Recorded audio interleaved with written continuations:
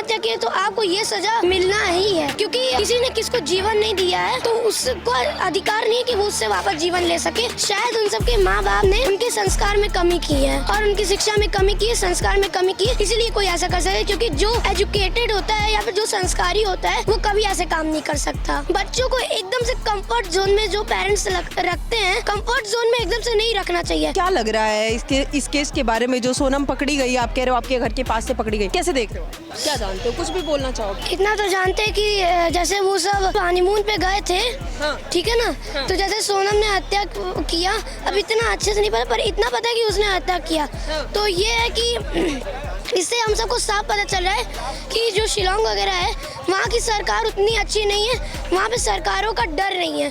जैसे कि वो कुछ होता है ना कि अगर आपने हत्या की तो आपको ये सज़ा मिलना ही है। वहाँ मतलब कि जैसे बहुत सारी जगहों में, उत्तर प्रदेश, बिहार, मेघालय, ये सारी जगहों पे कुछ भी हत्याकांड हो रहा है और सरकार को कोई फर्क नहीं पड़ रहा है। मतलब क्राइम करने वाले को प्रशासन का, कानून का डर नहीं है। नहीं डर है।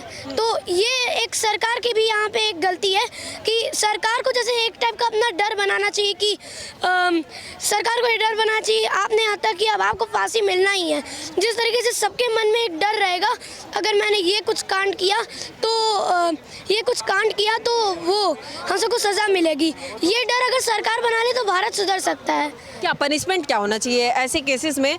पनिशमेंट क्या होना चाहिए जिससे लोगों के अंदर खौफ, डर, जिस डर की आप बात कर रहे हो वो डर कैसे आएगा लोगों में? अगर किसी ने हत्या किया है तो उसे भी, अगर किसी ने हत्या की है तो उसे भी फांसी मिलनी चाहिए, क्योंकि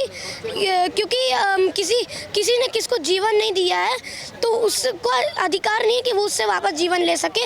और ये